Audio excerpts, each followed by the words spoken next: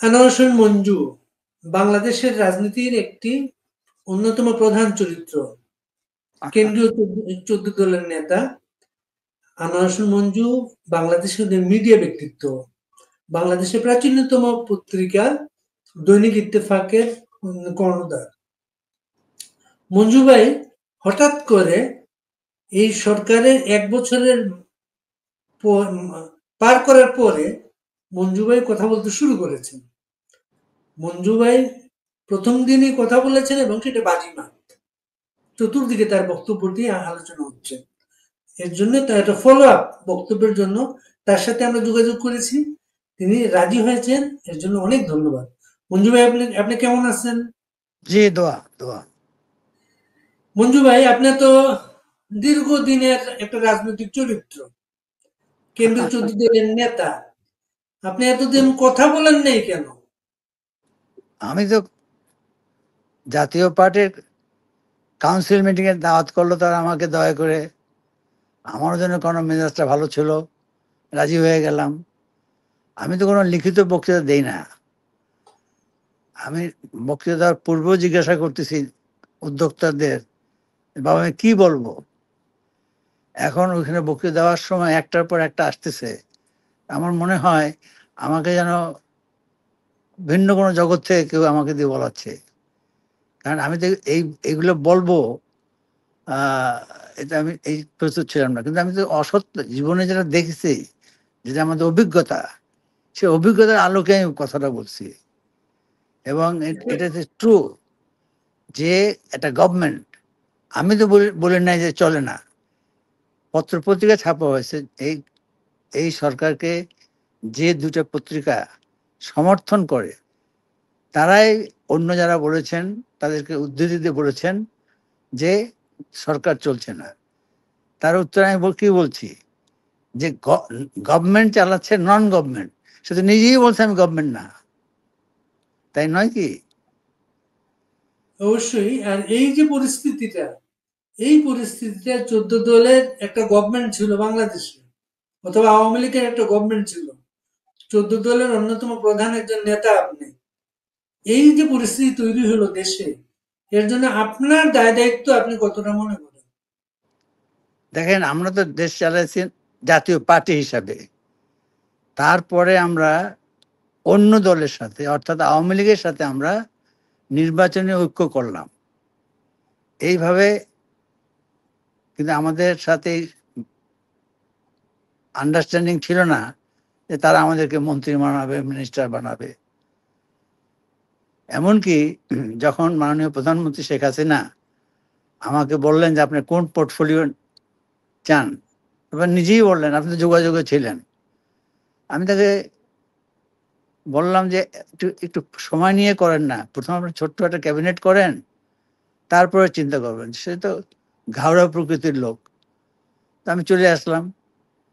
পরের দিন cabinet secretary আমাকে ফোন করলো, আপনার ৩টার সময় আমাকে ফোন করলো যে আপনি ৬টার সময় বঙ্গভবনে আসবেন। গেলাম, মন্ত্রী চলে আসলাম। ঠিক এসার সময় এবং ঘটনা। আমি তো জিয়াউর রহমান সময় দেশের বাইরে চলে গেলাম, জর্জটাউনে গেলাম ইন্টারন্যাশনাল রিলেশন পড়ার জন্য। আমি দেশে ফিরে আসলাম। ইন দ্য মিন টাইম আপনারা প্রেসিডেন্ট জিয়াউর রহমান সাহেবকে হত্যা করলেন। তো একদিন এরশাদ সাহেব আমাকে ফোন করলেন। আমি এরশাদ বলছি। এরশাদ নামে কেউ তো আমি চিনি না। আমি ক্যান্টনমেন্টে জিয়াউর রহমান সাহেব যদি কখনো ডাকতেন যেতাম, এবং এটা বললে অতিরঞ্জিত হবে না যে I was very close to president Ziaur Rahman. এমনকি আমি যখন জাতীয় প্রেস ক্লাবের প্রেসিডেন্ট নির্বাচিত হলাম, তখন জিয়াউর রহমান সাহেব আমাকে ডাকলেন একদিন বঙ্গভবনে। গেলাম, উনিই বললেন আপনি প্রেস ক্লাব ভবনটা করবেন না।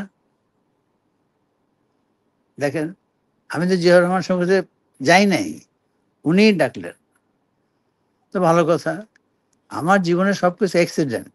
সায়েন্সের ছাত্র হয়ে হয় ইঞ্জিনিয়ার হবে, না ডাক্তার হবে। তো এখন আমার আমি তো ইঞ্জিনিয়ারিং কলেজে গেলাম, তখন তো ইউনিভার্সিটি হয় নাই। তো যাই হোক, যে কোনো কারণে হোক আমার আর্কিটেকচার পড়া হলো না, তো ভালো কথা না, নাথিং টু রিগ্রেট। এই যাই হোক, তা আমি কোনো পরিকল্পিত কোনো কথা বলবো সেজন্য যাই নাই, আর আমি অসত্য কোনো কথাও বলি নাই, যেটা ঠিক নয় এরকম কোনো কথা আমি বলি নাই। কিন্তু এই কথাগুলি কেউ বলে না, আমিও বলতাম না, কিন্তু কেন যেন বলে ফেললাম। এটা তো কারো সমালোচনা করি তো না আমার। এই তাকে বলার তারপর পরে প্রতিক্রিয়া, আপনি কি প্রতিক্রিয়া পাচ্ছেন গভর্নমেন্টের পক্ষ থেকে? গভর্নমেন্ট যারা আছে, তো আপনি আবার বলেন না গভর্নমেন্ট, গভর্নমেন্ট তো নন গভর্নমেন্ট, নন গভর্নমেন্ট। তাই নয় কি? এনিওয়ে, আর এই সরকার তো স্বাধীন কথা বলার স্বাধীনতা দিয়েছে, লেখার স্বাধীনতা দিয়েছে। তারা বলে একথা তো সত্য, কিন্তু পত্র পত্রিকায় বা মিডিয়াতে কি অবস্থা, কেন তারপরে তারা লেখে না, কেন তারা বলে না, সেটা তারা উত্তর দিতে পারবে। এটা কি আপনি আপনি কি মনে করেন কথা বলা যায়? আমি মনে করি কথা বলা যাবে, কেন যাবে না? তাহলে আপনারা কাগজে সব লিখছেন না কেন? কাগজে যতটুকু আমরা লিখি, দেখেন বাংলাদেশকে একটা সংবেদনশীল মন নিয়ে দেখতে হবে। This is not easy country to run. I was in the government for 24 years. I was in the parliament for 40 years. তো সেজন্য আমি মনে করি না running country like Bangladesh easy.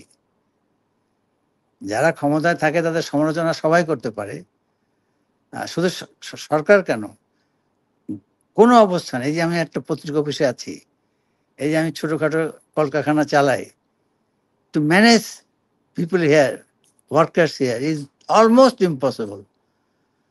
তো পাকিস্তানের যে প্রথম প্রধানমন্ত্রী লিয়াকত আলী খান সাহেব, তাকে তো রাওয়ালপিন্ডিতে গুলি করা হলো। In his death bed what did he say, কি বলছিল সে? খোদা পাকিস্তানকে হেফাজত করে। দেখেন, তিনি পাকিস্তানের প্রথম প্রধানমন্ত্রী, তিনি নিজেই বলে যাচ্ছেন এই পাকিস্তানকে আল্লাহ ছাড়া কেউ চালাতে পারবে না। আপনি এই সেই যে গভর্নমেন্ট চালাচ্ছে, তারপর যে ছেলেপেলেরা যেসব হুমকি দিচ্ছে আপনাদের, এগুলো নিয়ে বলেছেন আপনারা। তাই এই আমি কি বলেছি যে আমরাও হুমকি, আমরাও ঠ্যাং ভাঙছি, আমরাও মাথা ভাঙছি, তাই না? হুম, তো সেই জন্য মা বাবা তোমাদেরকে ভদ্রতা শেখায় নাই, স্বাধীনতা শেখায় নাই, মুরব্বীদের সাথে কিভাবে কথা বলতে হয়, তাই না? এই কথা বলতে অন্য কিছু তো বলি নাই। আপনি কি মব সন্ত্রাসের ভয় করেন না? আমার মনে আল্লাহ তাআলা কোনো ভয় দেয় নাই। আমি একা ঘুরি, সবাই জানে। আমার কোনো বডিগার্ড থাকে না, সবাই জানে। আমি কি করেছি যে আমাকে মারবে? যদি মারে মারবে। যদি আল্লাহ তাআলা আমাকে সিদ্ধান্ত দেয় যে আনোয়ার হোসেন মঞ্জুকে অমুক জায়গায়, অমুক রাস্তার মোড়ে, অমুক অস্ত্র দিয়ে তার জীবন নিতে হবে, সেটা হবে। আনোয়ার হোসেন মঞ্জুর তো আলাদা কিছু সাপোর্ট আছে। সাপোর্ট থাকার কারণে আনোয়ার হোসেন মঞ্জুকে অ্যারেস্ট করা হয়েছে। আনোয়ার হোসেন মঞ্জুকে জেলে যেতে হয়নি। আমাকে অ্যারেস্ট করা হলো কবে?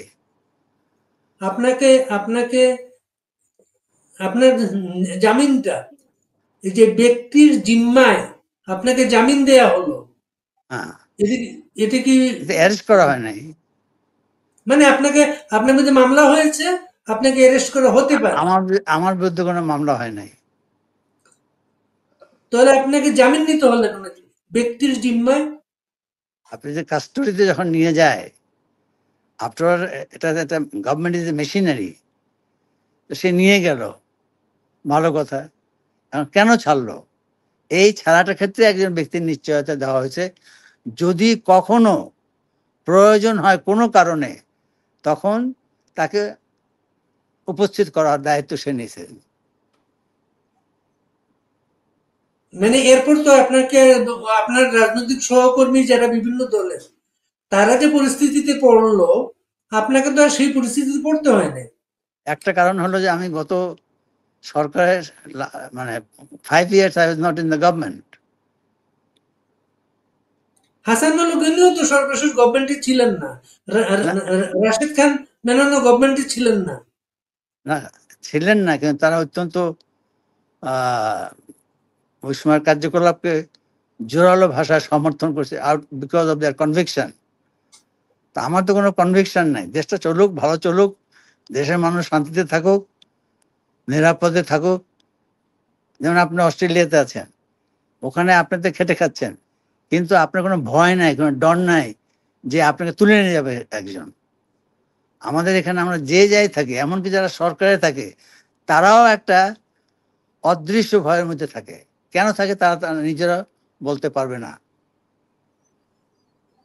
তো আপনি নিজেকে তাহলে আপনার স্বৈরাচারের দোষর মনে করেন না আপনাকে? স্বৈরাচারের দোষ হবো কেন? এটা তো ট্যাগ, খুব প্রচলিত। আপনি 14 দলের নেতা আপনি। এখন কথাটা হলো যে দেশটা স্বাধীন আমরা করেছি, দেশটা চালাতে হবে তো, এই জন্য দোষর হবে কেন? এখন যারা আছে, আমি কি বলেছি এক জায়গায়, এখন যারা চালাচ্ছেন হয়তো একদিন কোনো না কোনো সময় তাদেরকেও স্বৈরাচার বলা হবে, বাট ইটস ভেরি আনফর্চুনেট। স্বৈরাচারের মানে বুঝেন? বা আমরা বুঝি? জিজ্ঞাসা করছি স্বৈরাচার মানে কি? আপনি তো নতুন না, আপনি এরশাদের সাথেও ছিলেন, শেখ হাসিনার সাথেও ছিলেন। জি, অস্বীকার করবো কেন? এরশাদ সাহেবের হয়তো বলতে পারেন যে তিনি কেমন করে ক্ষমতায় আসছেন আপনারা জানেন না, কিন্তু শেখ হাসিনা তো কোনো মানে রাজপথ দিয়ে সে এসেছে ক্ষমতায়। এখন তার ভোটটা ঠিক হয় নাই। তা যে ভোটার যে ভোট না দিলে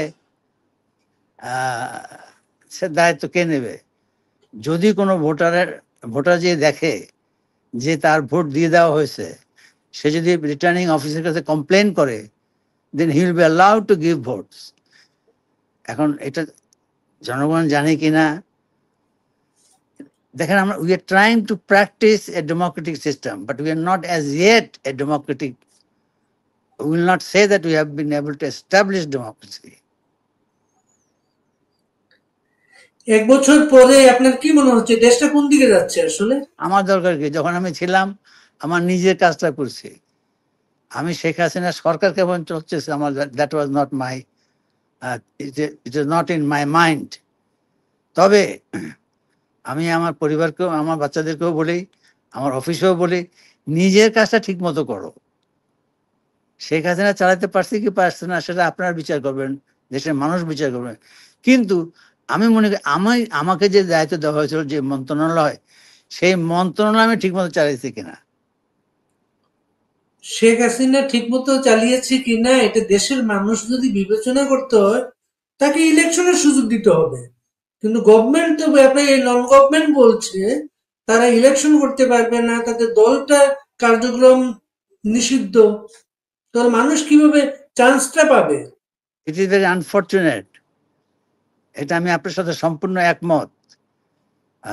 কোনো দলকে বা কোনো ব্যক্তিকে নির্বাচনে না দাঁড়াবার সিদ্ধান্ত দেওয়াটা আমি সমর্থন করি না। কিন্তু দুর্ভাগ্যজনক হলে সত্য, তারা আবার যখন ক্ষমতায় ছিলেন তখন তারা আবার অন্য দলকে ক্ষমতায় নির্বাচনে আসতে দেয় নাই। It's a tragedy. আজকে আপনার আপনার কথাবার্তা যখন ভাইরাল চতুর্দিকে, তখন একজন লিখেছেন মঞ্জু ভাইয়ের বক্তব্য নিয়ে অযাচিত অতি উৎসাহী হবার কিছু নেই। উনার বক্তব্য শুনেছি, খেলাটা খুব গভীর খেলা মনে হচ্ছে। মঞ্জু ভাই শুধুমাত্র একজন খেলোয়াড় মাত্র। গোলকিপার।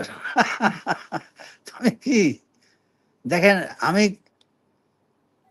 যা লোকে বলে বা আমার সম্বন্ধে চিন্তা করে অনেকে, এটা সঠিক নয়। আমি খুব very simple man, I lead a very simple life. I don't think I am very academician, very fit. যদিও আমি মাস্টার ডিগ্রি হোল্ডার, যদিও আমি ইন্টারন্যাশনাল রিলেশনের ছাত্র, বিদেশে পড়ালেখা করেছি, দেশে তো লেখাপড়া অবশ্যই করেছি। এদেশে যে আন্দোলন হয়েছে পাকিস্তানের বিরুদ্ধে, সেই সমস্ত আন্দোলনে আমার অংশগ্রহণ ছিল। আমি ফজলুল্লাহ কলেজে জিএস ছিলাম, ফজলাগড়ে ভিপি ছিলাম, আমি ছাত্রলীগের ভাইস প্রেসিডেন্ট ছিলাম, আমি জাতীয় প্রেস ক্লাবের প্রেসিডেন্ট ছিলাম। আমি আমার দায়িত্বটা পালন করি। এই বড় বড় আপনাকে সবসময় কিন্তু মার্কিন লবির একটা লোক মনে বলা হতো। মার্কিনদের আমি পছন্দ করি। লবি আমি তো মার্কিনদের পয়সা খাই না। কিন্তু মার্কিনদের এজেন্টও বলা হয়েছে আপনাকে বিভিন্ন সময়। অশিক্ষিত মূর্খরা বা সাধারণ মানুষেরা বলে, তা আমি একসময় বলতাম, আরে বেটা আমার বয়স হয়ে গেছে, তো এখন কি আমার এজেন্ট হওয়ার বয়স আছে? এখন আমাকে ডাইরেক্টর বানা। জাতীয় পার্টি শুধু আওয়ামী লীগকে না, জাতীয় পার্টিকেও ইলেকশন করতে দেবে না, এই ঘোষণা আছে তাদের। কিন্তু জাতীয় পার্টিকে কোথাও কিন্তু ডাকে না, আপনাকেও কিন্তু ডাকে না, আপনার দলটাকেও ডাকে না তারা। যেদিন প্রথম আমাকে ডাকা হয়েছিল, সেই অফিসারকে আমি বলছিলাম যে আসতে যাওয়া ভালো না, দেশে কি ঘটেছে সেটা বুঝে নেন আগে। এটা তো একটা স্বাভাবিক পরিবর্তন হয় নাই। এরশাদ সাহেবের যিনি আসলেন ক্ষমতায়, এটা স্বাভাবিক নয়। জিয়াউর রহমান সাহেবকে জান দিতে হলো একটা অস্বাভাবিক অবস্থাকে স্বাভাবিক করার প্রচেষ্টায়, নিজের জানকে তাকে দিতে হলো। কি অন্যায় তিনি করেছিলেন, কি পাপ তিনি করেছিলেন, দেশটাকে চালাতে এসে তাকে জীবন দিতে হলো। এখানে সব করে দেখে ক্ষমতা আসা উচিত না। এনিওয়ে, 5 আগস্টে আপনার কি মনে হচ্ছিল? আপনি 5 আগস্টের দিনটাতে আপনার আমি তখন ঢাকা ছিলাম না, কোথায় ছিলেন? আমি সিঙ্গাপুরে ছিলাম, মেডিকেল চেক আপের জন্য গেছিলাম। টেলিভিশন টেলিভিশনে দেখে কি মনে হচ্ছিল তখন? আমি বিদেশে যে বাংলাদেশের টেলিভিশন দেখবো কেন? ওরা দেখায়ও না। মোবাইল ফোনে তো সবাই দেখে শোধ করছে। অত উৎসাহ আমার নাই। আপনি কবে ফিরে আসলেন দেশে? 10 তারিখের পর। ওই সময় তো যারা ফিরে আসছে তাদেরও সমস্যা হচ্ছিল। আপনি 14 দেখেন, দলের নেতা, আপনার কোনো আমি তো সমস্যা হয়নি? আমি তো জানি না, তবে আমি খেয়াল করলাম, আমি যখন সিঙ্গাপুর এয়ারলাইন্সের ভিতরে আসলাম, এয়ার হোস্টেস অ্যাটেন্ডেন্টসরা আমার দিকে তাকাচ্ছিল। সবাই দেশ থেকে বেরোয় যাচ্ছে, এই পাগলা হালায় দেশের ভিতরে যাচ্ছে। আমার বিবেক তো পরিষ্কার। অন্যায় না করলেও যদি মনে করেন আপনি অন্যায় করেছি, চুরি না করলেও যদি আপনি মনে করেন আমি চুরি করেছি, দেন আমাকে শাস্তি, আমি কি করবো? আচ্ছা, জাতীয় পার্টিকে কোন একটা সেকশন থেকে সামনে আনা হচ্ছে আগামীর কোন রাজনৈতিক কোন সমীকরণে। আপনি কি সমীকরণের একটা পার্ট এখানে? না না বাবা, আমাকে দাওয়াত করছে জাতীয় পার্টি, আমরা সবাই করেছি। ব্যারিস্টার আনিস বলেন, আমাদের রুহুল আমিন হাওলাদার বলেন, আমাদের ইয়ে কাজী কাজী ফিরোজ বলেন, এটা সব ওখানে যত লোক ছিল, আমি তো এই দলের মহাসচিব ছিলাম, অবিভক্ত জাতীয় পার্টির, এবং আমি রাস্তায় মিছিল করার ছেলে। তো আপনি তো জাতীয় পার্টি, আপনার আলাদা একটা জাতীয় পার্টি আছে, আপনার তো ওইখানে গিয়ে জয়েন করতেছেন না আপনারা? না, সেখানে গল্প বলতে হয় যে আমাদের প্রেসিডেন্ট সাহেব আমাকে এখানে সেখানে দেখা করে পরে বলতেন চলে আসেন। আমি বলতাম যে স্যার আমি তো যাই নাই। আপনি জাতীয় পার্টি বাংলা, আমাদের গঠনতন্ত্রে আছে জাতীয় পার্টি বাংলায় জাপা, ইংরেজিতে জেপি। স্যার আপনি বাংলা পেয়েছেন, আমি ইংরেজি পেয়েছি। তো that he had expel me. আমি কথা তাকে বলি নাই, আপনি যদি এক্সপালশন উড্র না করেন তাহলে আমি কিভাবে দেশে মানে জাতীয় পার্টিতে আসি? আপনি আমাকে বলেছিলেন আপনাকে মুক্ত করে নিয়ে আসতে, খোদার রহমতে আপনাদের দোয়ায় আমি তাদের মুক্ত করে নিয়ে এসেছিলাম। আমি অপরাধ কি করেছিলাম? ওনারা রাজনৈতিক, আপনি কি মনে করছেন আগামী নির্বাচনে আপনি অংশ নিতে পারবেন? আমি মনে করবো কেন, আমার চারিদিকে অবস্থা দেখে তো মনে হয়। সেই জন্য আমি গতকাল বলেছি যে বাবা, যখন এ নির্বাচন করতে পারবে, ওই দল নির্বাচন করতে পারবে না, এগুলো যখন আপনার মানে সিদ্ধান্ত দিয়ে দিচ্ছেন, তাহলে আপনার দুজন থাকেন, দুইটা পার্টি থাকে, তা আপনার নিজেরা বসে ভাগ করে নেন। মাঝখান থেকে দেশের মানুষের 2,000-3,000 কোটি টাকা খরচ করবেন কেন তথাকথিত নির্বাচনের নামে? নির্বাচনের তো প্রয়োজন নাই, তাই নয় কি? তারপর তারপর আপনি আরেকটা কথা বলেছেন যে বাইরে থেকে লোকজন নিয়ে আসছে, ওরা দেশের রাজনীতি ঠিক করবে, এই করবে সেই করবে, তারা এখানে থাকবে না কেউ, বাস্তবায়ন না, করতে পারবে রাজনীতিবিদদের। জিনিসটা আমি এইভাবে বলেছি যে আমাদের জীবনে আমরা বহুতবার নানাভাবে অপমানিত হয়েছি, তবে এইভাবে আমাদের আর কেউ অপমান করে নাই।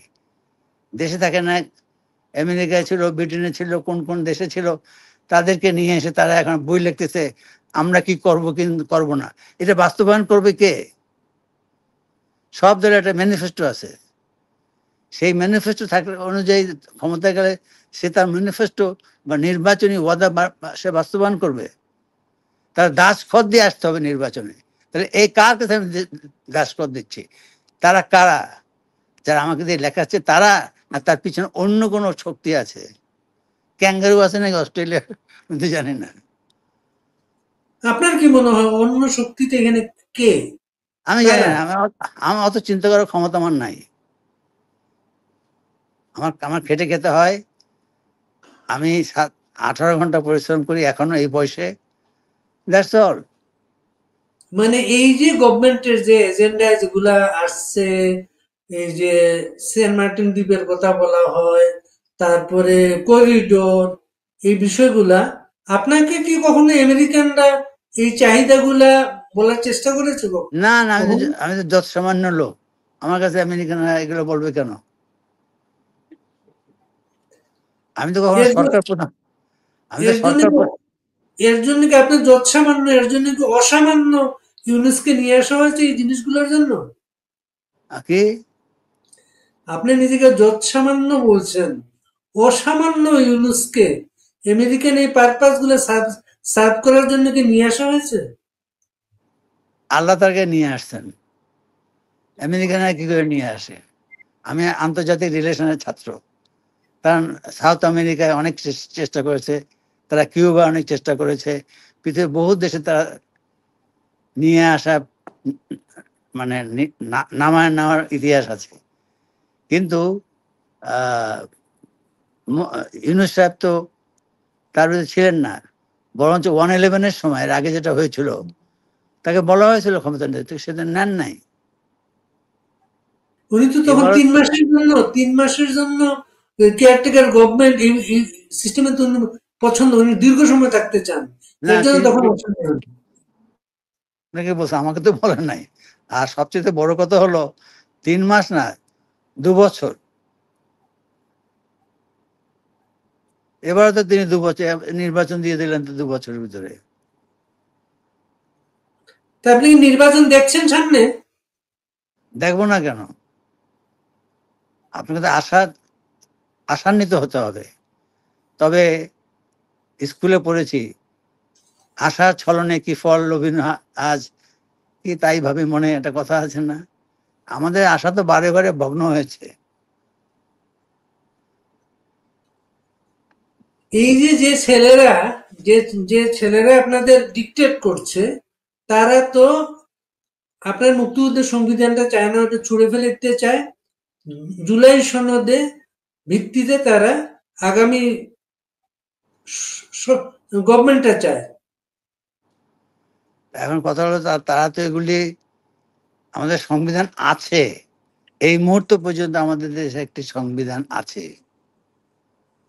মার্শাল ল হওয়ার পরেও কিছুদিন অর্ডিন্যান্স দিয়ে দেশ চালানো হয়, martial law, ordinance, this this that. এখনো হয়তো সামনে, এখান থেকে কোনো অর্ডিন্যান্সে তো কোনো দেশ চলছে না।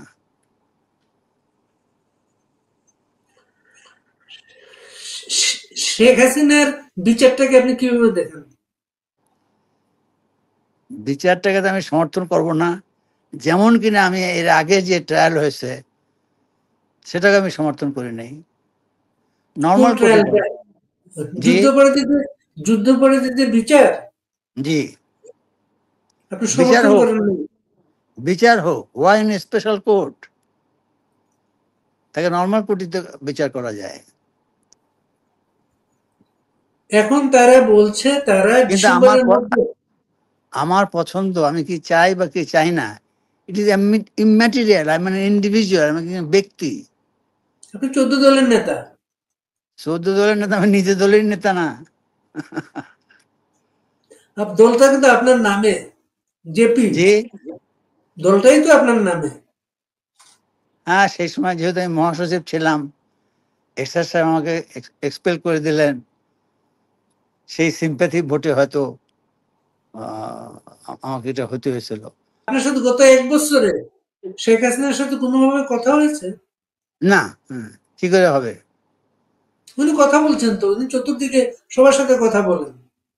আমি তো তার I do not belong to আর পার্টি। আমি তার দলের কোনো নেতাও না, কর্মীও না। আপনি 14 দলের নেতা। 14 দলের নেতাদের মধ্যে কারাগারের বাইরে আপনি প্রধান নেতা যিনি কারাগারের বাইরে আছেন। না, যারা কারাগারে আছে তারা আমার চেয়ে অনেক বড় নেতা। ইনি আমার চেয়ে বয়সে ছোট হতে পারে, কিন্তু রাজনীতিতে কিন্তু সে অনেক বড় নেতা। তিনি বিপ্লব করে, বিদ্রোহ করে এই সমাজে পরিবর্তন আনতে চান। আমি তো দক্ষিণবঙ্গের লোক, জোয়ারে গেলে জোয়ারের দিকে সাঁতরাই, ভাটার দিকে হলে ভাটার দিকে সাঁতরাই। আওয়ামী লীগকে যদি ইলেকশন করতে না দেয়, আপনি কি ইলেকশন করবেন? দেখেন, এই প্রশ্নটা এর আগে উঠেছিল। আমি যেহেতু উগ্রপন্থী নই, আমি যেহেতু বিপ্লবী নই, আমি বিদ্রোহী নই, নির্বাচনে আমি নির্বাচন করব। কে আসলো কে আসলো না সেটা আমার বিবেচ্য নয়। কিন্তু এখন বয়স যাওয়ার বিধায় হয়তো আমি বা আমার পরিবারকে চিন্তা করতে হবে যে আমি নির্বাচন করব কিনা। কিন্তু আপনার দল তো নির্বাচন করবে, তাই না? যদি হুজুরের অনুমতি দেয়। আমাকে তো, আমার কার্যকলাপ তো এখন পর্যন্ত কেউ বন্ধ রাখে নাই।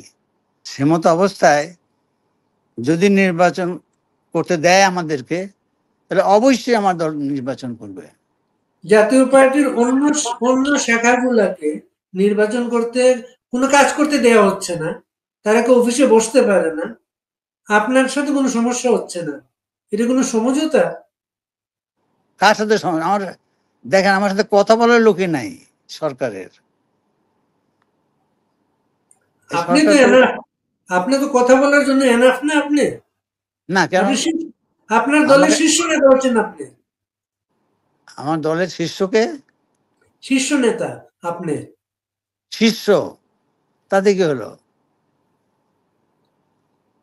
আমরা যারা ইনক্লুডিং শেখ হাসিনার অধীনে নির্বাচন করেছে, এই সংবিধানের অধীনে নির্বাচন করেছে, ইলেকশন কমিশনের অধীনে নির্বাচন করেছে, তারা দোষর হয় নাই, অন্যরা দোষর হলো। এখন হুজুরদের যা ইচ্ছা, যদি আমাদের অনুমতি দেয় আমরা নির্বাচন করব, যদি অনুমতি না দেয় আমরা প্রতিবাদও করব না। আপনাকে যে ইউনূস সাহেব রাজনৈতিক দলগুলোর বৈঠক করেন মাঝে মাঝে, বিভিন্ন সময় ডাকেন, আপনাকে কখনো ডাকেন নাই? না, এটা একটা মেসেজ তো। কার মেসেজ কে পড়ে? আমার সময় নাই অন্যের মেসেজ পড়ার। আমি নিজে লিখি, লেখাই। বাংলাটা বুঝলেন কিনা? জি। ওনারও সময় নেই, আমাকে প্রয়োজনও নাই, আমারও সময় নাই, আমারও প্রয়োজন নাই। ব্যাস, উনি সুখী থাকুক, ভালো থাকুক। উনি ভালো মানুষ, যোগ্য মানুষ। উনি নিজেই বলেছেন এটা আমার কাজ না, আমি তো বলি নাই। উনি নিজেই প্রকাশ্যে বলেছেন, এই আমি হলাম শান্তির লোক, আমি হলাম মাইক্রো ক্রেডিটের লোক, আমি একজন এন্টারপ্রেনার, তো দেশ পরিচালনার আমি অভ্যস্ত নই। ছেলেরা বললো তাই আমি আসছি। এটা ইউনূস সাহেব নিজে বলেছেন।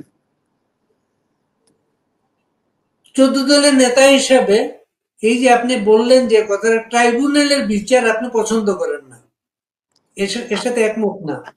না, 14 দল কেন, আমি ব্যক্তি হিসেবে করি না। ব্যক্তি হিসাবে, জাতীয় পার্টির চেয়ারম্যান আমি হিসাবে। এটা জাতীয় পার্টি হিসেবে আমার পার্টির আলাপই করি না। এখন এইভাবে শেখ হাসিনার বিচার যদি তারা করে, একটা শাস্তি ঘোষণা করে, এর প্রতিবাদ করবেন আপনি? বিচার করলে পরে বিচারক বিচার করেছেন, তাই না? আমি তো প্রথমে বলি, আমি ট্রাইব্যুনালে বিচার করার কোনো কারণ দেখি না। এর কেন? জন্যই তো হ্যাঁ, ট্রাইব্যুনালে বিচার করলে এর কি প্রতিবাদ করবেন আপনি? আমি প্রতিবাদ করলে কি, আমার দলটা ছোট দল, আমি একটা ছোট্ট মানুষ, 5 ফুট 3 ইঞ্চি বা 4 ইঞ্চি আমার হাইট, তো আমার ওজন আমার খুব কম, 53 কেজি প্রবলি। তো সেই জন্য আমি এইসব, আপনাদের মতো দেখেন, আপনি তো খুব সুখে আছেন, বিছানায় ঘুমাতে যান, দিনের বেলা কাজ করেন, নিজে খান, নিজে পরিশ্রম করেন। আমরা কিন্তু রাত্রেও ঠিক মতো ঘুমাই না, এটা বুঝতে হবে। আপনি কি এর মাধ্যমে বলতে চান দেশের মানুষ ভালো নাই? দেশের মানুষ তো আমি চিনতে জানি না। আমরা যারা উপরের স্বর, এই 10% বা 2% বা 1%, তাদের জন্য কেউ কখনো শান্তি হয়? অনেক শান্তি হয়, আবার অনেক অনেক সময় অনেক দুঃখ হয়, অনেক দুর্বিপাক হয়। এটা একটা ম্যারিগো রাউন্ড খেলা। 40 বছর ধরে আপনি পার্লামেন্ট মেম্বার এই দেশে কোনোদিন এইভাবে আদালতে আদালতে লোকজনকে পিটানো হয় এটা কখনো দেখেছেন কোনোদিন? না, আমি দেখি নাই, এখনো দেখি নাই। এর প্রটেস্ট করেছেন আপনি? আমি দেখি নাই তো।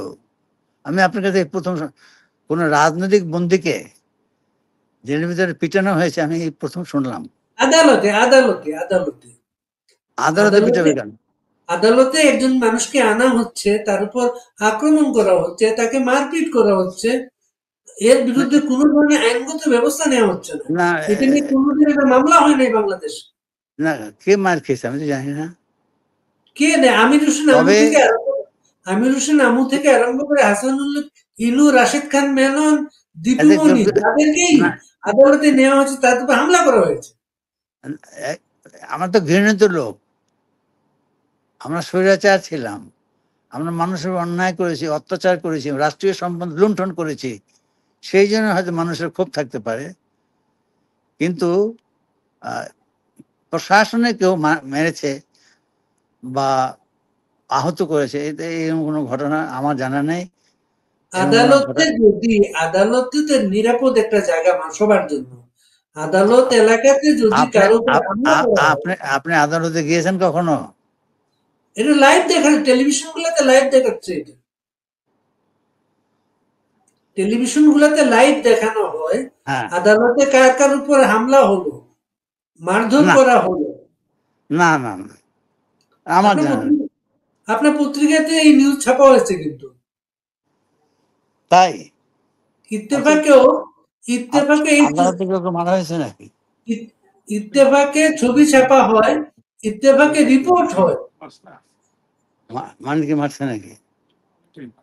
ও, এই তো লয়াররা নাকি মারছে। হ্যাঁ, যেই মারুক, আদালতে আদালতে যদি কাউকে মারপিট করা হয়, জাজ সাহেব কি তাহলে করলেন? এই নিরাপত্তাটা, জাজ সাহেব কি করলেন?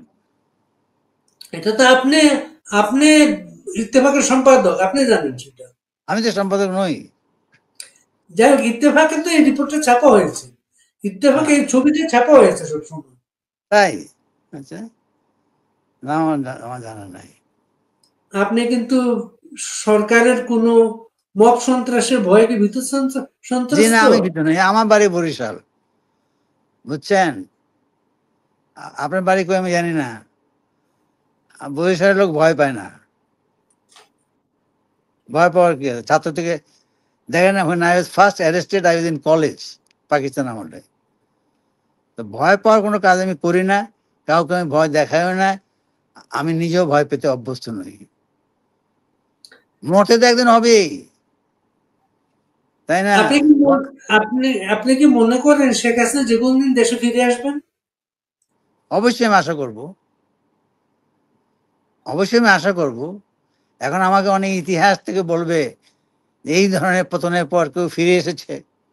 দেখেন, আমি আগেই বলেছি আমি বিজ্ঞানের ছাত্র, আমি ইতিহাস পড়ি নাই, আমি সংস্কৃতি পড়ি নাই, আমি সাহিত্য পড়ি নাই, আমি উপন্যাস পড়ি নাই, তাই না? তো আমার জ্ঞান খুব সীমিত। জাতীয় প্রেস ক্লাবের প্রেসিডেন্ট, ইত্তেফাকের কর্ণধার, 40 বছরের এমপি। কারো কান আমি ধরে নাই রে বাবা। তার তো জ্ঞান সীমিত না। আমার জ্ঞান সীমিত, অভিজ্ঞতা আছে বয়সের জন্য, কিন্তু সায়েন্সের ছেলে শেখ হাসিনা ফিরে আসলে আপনি ওয়েলকাম করতে যাবেন? আমাকে ডাকলে যদি, দেখেন আমার এই বয়সে ভিড়ের মধ্যে যাবো কেন আমি? শেখ হাসিনার সাথে আমি তার বাসা দেখা করতে পারবো, প্রথম দিন দেখা করার কি দরকার? আমি তো তার কাছে চাকরিও চাই না, বাকরিও চাই না, তার কাছে কোনো ফেভারও চাই না। আমি যা কিছু চাওয়ার আল্লাহর কাছে চাই, অবশ্যই আমি চাই, কিন্তু আল্লাহর কাছে, মানুষের কাছে। মানিক মিয়ার ছেলে হিসেবে বঙ্গবন্ধুর পরিবারের সাথে আপনাদের রাজনীতির বাইরে পারিবারিক একটা দীর্ঘদিনের সম্পর্ক আছে। এইটা আমি রাখি, এটা আমি রাখি। সেই জন্য প্রথম দিন যেতে হবে এমন তো কোনো কথা নাই। ভিড়টা কমুক না, যারা শেখ হাসিনাকে দেখে নাই তারা যে দেখুক, যারা শেখ হাসিনার অবর্তমানে তার ক্ষতি করার চেষ্টা করেছে, যাদের বিবেক দংশন করে, তারা আগে যাক না। আমার বিবেক তো দংশন করে না, আমি শেখ হাসিনার তো কোনো ক্ষতি করি নাই। মির্জা ফখরুল ঘোষণা করেছেন তারেক রহমান বাংলাদেশের ভবিষ্যৎ প্রধানমন্ত্রী।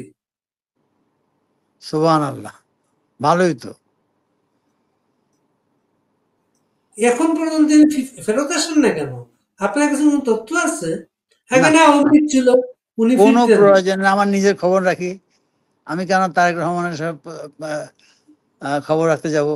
আমি জানতাম না। আমি তো Ziaur, I was very close two Ziaur Rahman.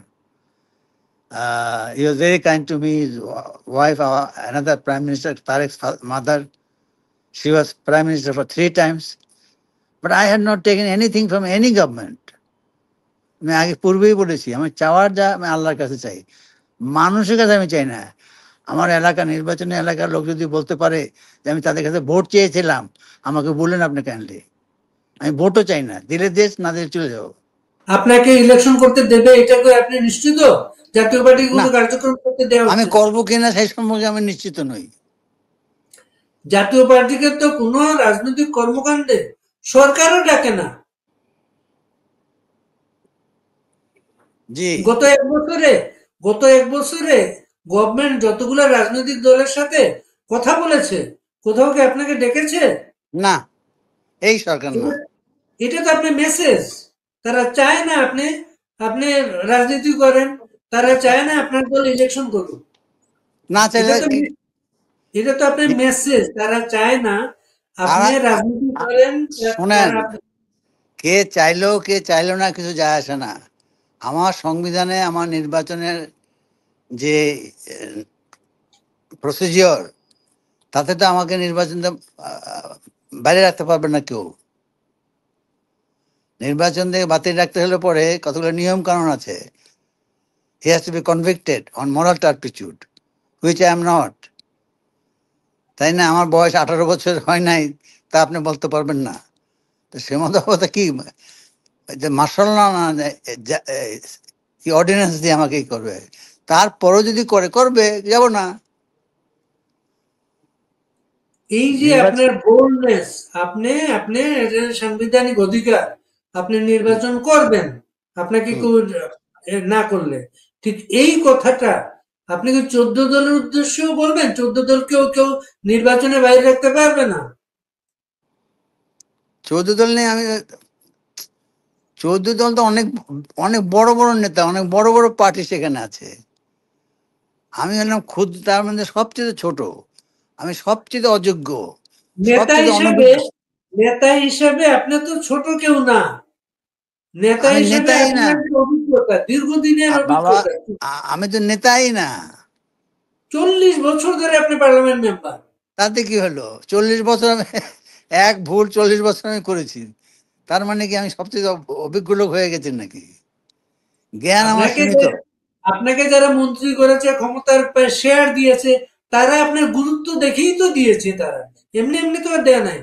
তাদের কথা এই এই মুহূর্তে নাইবে বললাম। দেশের মানুষ বলুক আমি যে সমস্ত মন্ত্রণালয় চালিয়েছি সেগুলি সঠিকভাবে চালাই নাই। যে সমস্ত অফিসারদের সাথে আমি কাজ করেছি তারা বলুক যে আমার মতো একটা অযোগ্য মন্ত্রী তারা দেখে নাই।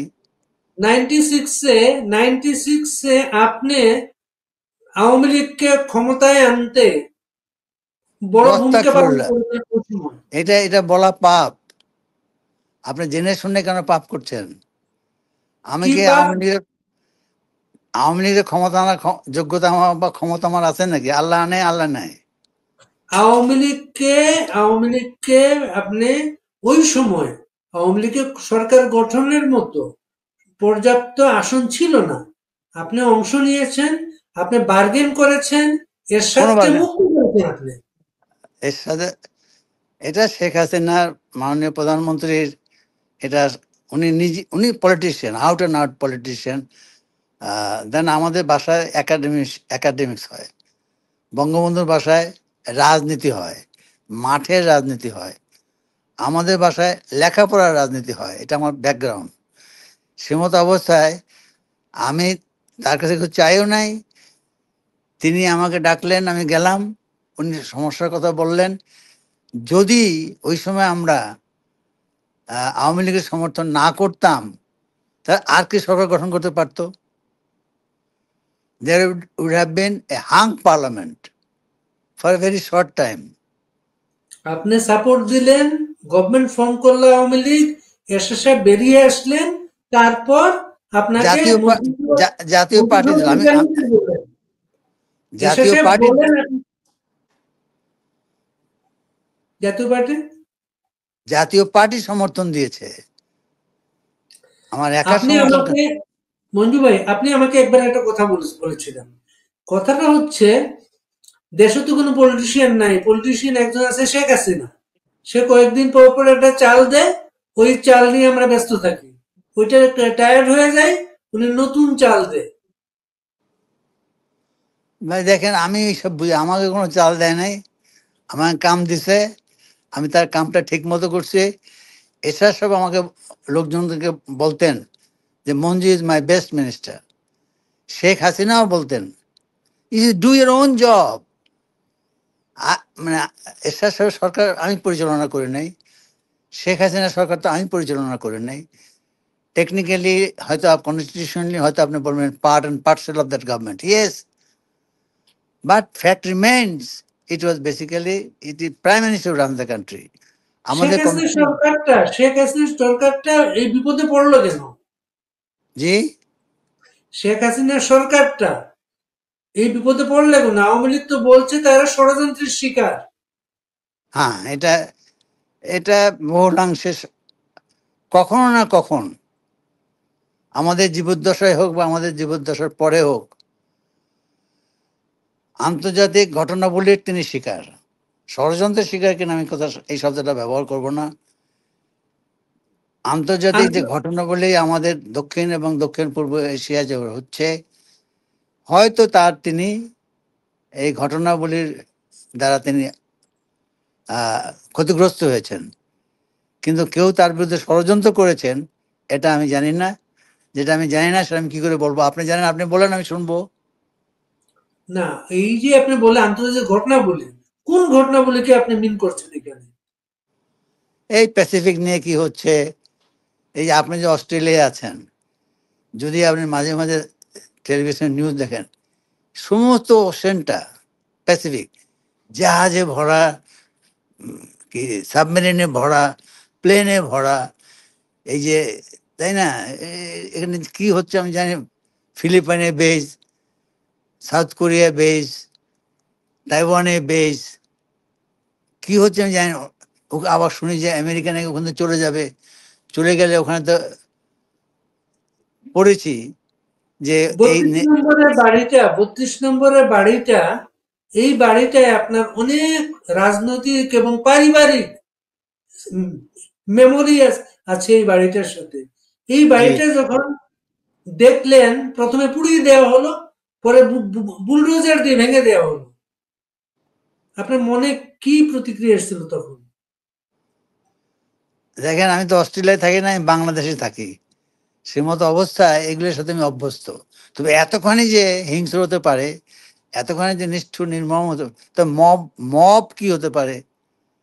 এটা তো কেউ, সরকার তো করে নাই, যারা ক্ষমতায় ছিলেন তারা তো হয়তো করেন নাই। মব মব তো আপনি দেখলেন কয়টা মানুষ সেখানে, রাষ্ট্র যদি চাইতো, রাষ্ট্র সরকার যদি চাইতো এটা রক্ষা করবে, সরকার কি পারতো না? সেটা সরকার সরকার কি বঙ্গভবন রক্ষা করে নাই? দেখেন, এটার জবাব যারা ক্ষমতায় ছিলেন আছেন তারা দেবেন। আমি ক্ষমতায় ছিলামও না। এই যে আপনি যাওয়ার পর বললেন এত নিষ্ঠুর হতে পারে, এত নিষ্ঠুর আচরণ হতে পারে, ম সেটা আপনি ম ভাবেন। না, চিন্তা করতে পারি না। That's my limitations. এই ঘটনাটা রাজনৈতিকভাবে ইউনূসকে সারা জীবন জাতিকে বলেন, এবং কারো বাড়ি এখন সিকিউর না।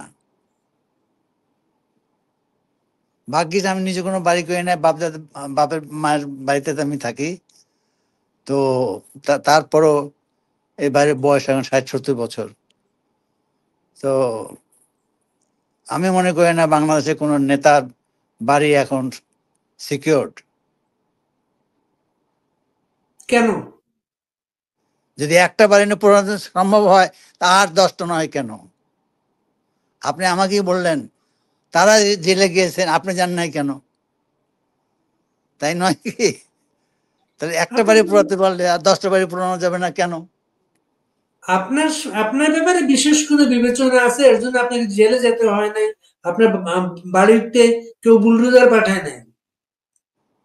আল্লাহ আল্লাহর কাছে জিজ্ঞাসা করেন, আল্লাহর রহমত ভাঙলেন কি? আল্লাহর আমাদের আল্লাহর রহমত আপনার প্রতি হয়, মমতাজের প্রতি হয় না, বঙ্গবন্ধুর বাড়ির প্রতি হয় না। এটা আল্লাহর কাছে জিজ্ঞাসা করেন, আমাকে জিজ্ঞাসা করেন লাভ হবে? মঞ্জু ভাই, আমরা আসলে অনেকক্ষণ কথাবার্তা বললাম, আর আপনি যেহেতু খুবই প্রাণবন্ত একটা মানুষ, এর জন্য এত কিছু আমরা জিজ্ঞেস করি আপনাকে। আপনি জি, আসলে থ্যাংক আগামী এক এক আগামী কয়েক মাস জি বাংলাদেশের ভবিষ্যৎটা আপনি কি দেখেন আপনি? ভাই, আমি অ্যাস্ট্রোলজার না, ভবিষ্যৎ আমি দেখতে পারি না। একমাত্র আল্লাহ তাআলা। রাজনৈতিক রাজনৈতিক তো জ্যোতিষ, আপনি আপনি হাত না না, দেখার আমি জ্যোতিষের দরকার নেই। দেখেন, আপনার ভবিষ্যৎ দীর্ঘ জীবনের রাজনীতির অভিজ্ঞতা। ভবিষ্যৎ এবং অতীত দেখতে পারেন একমাত্র আল্লাহ। আমরা যারা সাধারণ মানুষ, আমরা না অতীত দেখি, না আমরা ভবিষ্যৎ দেখি। আপনার সহকর্মী যারা জেলে আছে, তাদের উদ্দেশ্যে কিছু বলবেন? না, I wish them well. And আবার তারা যখন ক্ষমতা আসবে, দুঃখজনক হলো সত্য, they will repeat the same thing. এই ঘটনাই তো 40 বছর দেখে আসছেন, তাই না? জি।